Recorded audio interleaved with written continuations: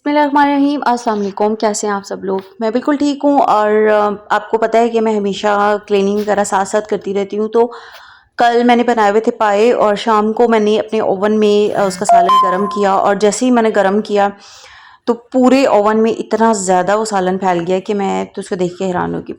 ख़ैर भी मैंने उसको उसी टाइम ही क्लीन किया। 2 से 3 मिनट मैंने लगाए थे ओवन पे और बस वो उसका सारा वो मेस हो गया।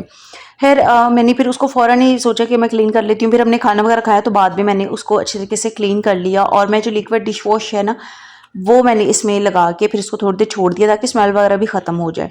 और बाद में फिर उसको अच्छे तरीके से स्पंज से साफ़ करके तो मैंने इसकी प्लेट वगैरह भी वॉश करके उसमें रख दी। ख़ैर इस तरह के जो छोटे-मोटे मैस हो जाते हैं मैं उन्हें फ़ौरन क्लीन कर लेती हूँ, कभी भी टाइम नहीं देती हूँ।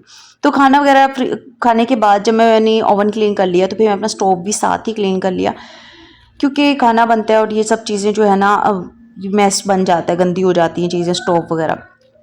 तो हमेशा आप भी कोशिश किया करें कि 5 मिनट हार्डली लगते हैं तो फ़ौरन से ना अपना स्टोव जो है ना, अपना चूल्हा वगैरह क्लीन कर लिया करें, क्योंकि फिर नेक्स्ट टाइम जो है ना काम करने में भी काफ़ी आसानी होती है और अच्छा भी लगता है। और यही छोटी-छोटी चीज़ें जो होती है ना हमारी लाइफ में आसानियाँ पैदा कर देती। तो बस मैंने इसको भी क्लीन किया। ये मेरी दोपहर के बाद की रूटीन है और मैं ऐसा ही करती हूँ मोस्टली, या अगर खाना खा के मैं थोड़ा रेस्ट भी कर लूँ तो फिर भी मैं इन चीज़ों को कर लेती हूँ शाम को। तो मुझे ज़्यादा टाइम नहीं लगा क्योंकि बहुत ज़्यादा गंदा नहीं था, रोटियाँ बनी हुई थी और सालन और कुछ मैंने नगेट्स वगैरह फ्राई किए थे बच्चों के लिए, तो बस इस वजह से मुझे उस सब क्लीन करना पड़ा। ख़ैर उसके बाद मेरे बर्तन वगैरह तो नहीं थे वॉश होने वाले, सिर्फ थोड़े से थे दोपहर वाले। तो मैं ऐसा करती हूँ कि जब भी मैं अपनी काम कर लेती हूँ और मेरे पास थोड़ा सा टाइम होता है तो मैं कुछ एक्स्ट्रा कैबिनेट वगैरह या घर का कोई भी एक्स्ट्रा काम कर लेती हूँ। तो आज मैंने अपने सिंक को अच्छे तरीके से क्लीन किया और मैंने अपनी कैबिनेट में से जो ट्रे होते हैं ना, ट्रे काफ़ी ज़्यादा है मेरे पास यहाँ पे सऊदीया में, तो मैंने वो सब निकाल ली और मैंने सोचा आज इनको अच्छी तरीके से वॉश करते हैं, क्योंकि चीज़ों को टाइम टू टाइम क्लीन करते रहें तो बहुत अच्छी साफ़ सुथरी रहती हैं।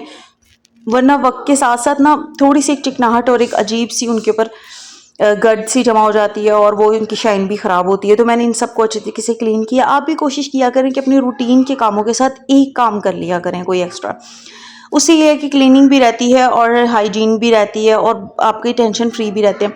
वरना अगर अचानक कभी ट्रे वगैरह या कोई भी सिरेमिक बर्तन कुछ भी निकालें तो फिर उससे ये होता है कि हमें तो फिर काफ़ी ज़्यादा काम बड़ा होता है। तो इस वजह से हमेशा कोशिश किया करें कि एक-एक कॉर्नर को क्लीन कर लिया, एक-एक एरिया जो है वो क्लीन कर लिया, कभी कोई कबर्ड सेट कर ली, कभी कुछ भी। और इससे एक और फ़ायदा होता है कि डीक्लटरिंग भी काफ़ी ज़्यादा हो जाती है, क्योंकि जब हमें काफ़ी चीज़ें रखी होती हैं ना तो हमें अक्सर याद नहीं रहता, उसमें कुछ एक्स्ट्रा चीज़ें पड़ी रहती हैं या कुछ नई चीज़ें पड़ी रहती हैं जो हमें याद ही नहीं होता कि जो वो चीज़ भी पड़ी है और वो किसी दावत या किसी भी टाइम पे वो काम आने वाली चीज़ होती है। तो ये इससे काफ़ी फ़ायदा हो जाता है। मुझे भी एक ट्रे मिली है जो थोड़ी-सी डैमेज हुई हुई है, तो मैं उसको भी यूज़ नहीं करूँगी, डिस्कार्ड कर दूँगी। तो आई होप आपको मेरी टिप्स अच्छी लगी हैं। अपना बहुत ख्याल रखिएगा, अपनी दुआ में याद रखें। अल्लाह हाफ़िज़।